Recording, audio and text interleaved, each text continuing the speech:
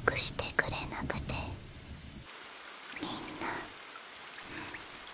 僕のこと嫌いなのかな。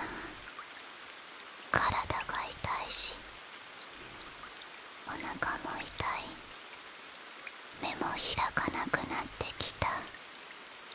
まだ柔らかくて温かい、あれに触りたい。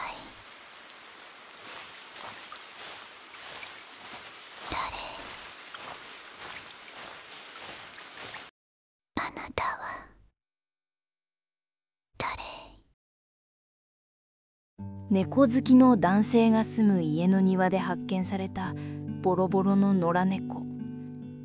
人を信じていないのか、男性が与えたご飯をなかなか食べようとしませんでした。それから3ヶ月経ったにもかかわらず、野良猫はどんどん痩せていきます。気になった男性は野良猫を動物病院へと連れて行きます。そわそわする野良猫。しかしある繊維製品を見たとき、野良猫は急におとなしくなり、その身を動物病院スタッフに預けるようになったのです。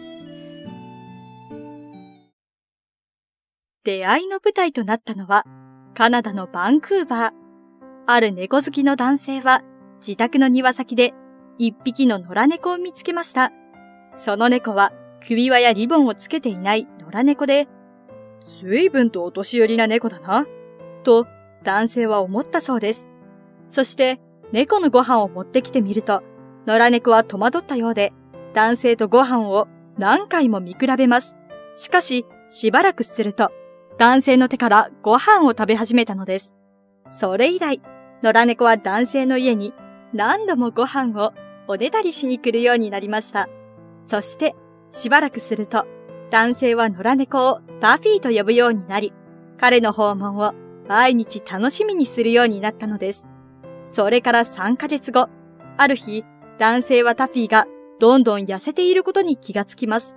そして彼は引っかかれるのを覚悟で、思い切ってタフィーを抱き上げてみたのです。タフィーの体はとても軽く、予想に反して暴れる様子もありませんでした。そしてそんなタフィーのことが気になった私は、急いで彼を地元の動物病院へと連れて行ったのです。検査をしてもらうと、タフィーの年齢は12歳だと分かりました。それは人間で言うと64歳くらい。タフィーはやはり年老いた猫だったのです。また、目は感染症にかかっており、さらに猫免疫不全ウイルス感染症 FIV も患っていることが分かりました。検査後、動物病院のスタッフはタフィーの目と耳を清潔になるよう洗い、抗生物質を与えます。そして、ふわふわのタオルでタフィーの全身を優しく拭いてあげたんです。タフィーと出会って3ヶ月くらい経ちますが、私以外彼はあまり人に懐きませんでした。ですが、その時は暴れたりせずじっと静かにしていたんです。どうやらタフィーは柔らかいタオルで撫でられたことを気に入ったようでした。しかし、そんな光景を見ていた私に保護施設のスタッフはこんなことを言ってきたのです。もしかしたらタフィーは昔誰かに飼われていたのかもしれません。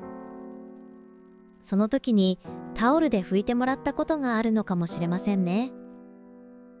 確かにタフィーはタオルを見た途端、急におとなしくなりタオルをじっと見つめていました。それと初めて会った時、何のためらいもなく近寄ってきたことを私はずっと不思議に思っていたのです。一般的には野良猫は人間に警戒心を抱きすぐには近寄ってきません。それが追い猫ならなおさらでした。その後、病院スタッフに寄り添われて、しっかりとしたケアを受けたタフィーは、少しずつ元気を取り戻します。しかし、ここで新しい問題が生まれてしまったのです。それは、タフィーを引き取ってくれる人がなかなかいないこと。お年寄りな上に病気がちだったタフィー。しかも、長く野良猫生活をしていたようで、人が飼うには野生的すぎる性格でもありました。ですが、それでも男性と病院スタッフは必死に里親を探したのです。それから数日後、ある日、タフィーをお迎えしたいというメールが動物病院に届きました。送り主は、とある動物保護施設のスタッフだったのです。その保護施設の中には広い森林があり、猫たちは自然の中で好きに走ったり、お昼寝することもできます。これなら、野良猫だったタフィーもストレスを感じず生活ができるはずでした。また、タフィーと同じ FIV にかかっている猫もたくさん面倒を見ていたのです。その保護施設では自由にのびのびと暮らしながらちゃんとご飯も食べられて、スタッフが病気のケアもしてくれます。男性はとても素晴らしい施設が見つかったと安心しました。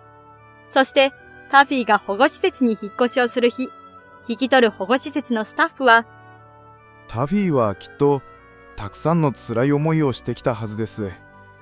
だからこそこれからはゆったりと幸せに暮らしてほしいのです。と、引き取りを決めたわけを話してくれたそうです。引っ越しから何日かが経つと、タフィーにはたくさんの友達ができたというメールが保護施設から届きました。タフィーは新しい居場所での生活を目いっぱい楽しんでいるようです。こうして一人の男性と出会ったことで、タフィーは病気のケアをしてもらえることになり、ゆっくりと余生を過ごす居場所や友達を手に入れることができました。たくさんの愛情に包まれているタフィーは、これからも一日一日をのんびり満喫していくのでしょうね。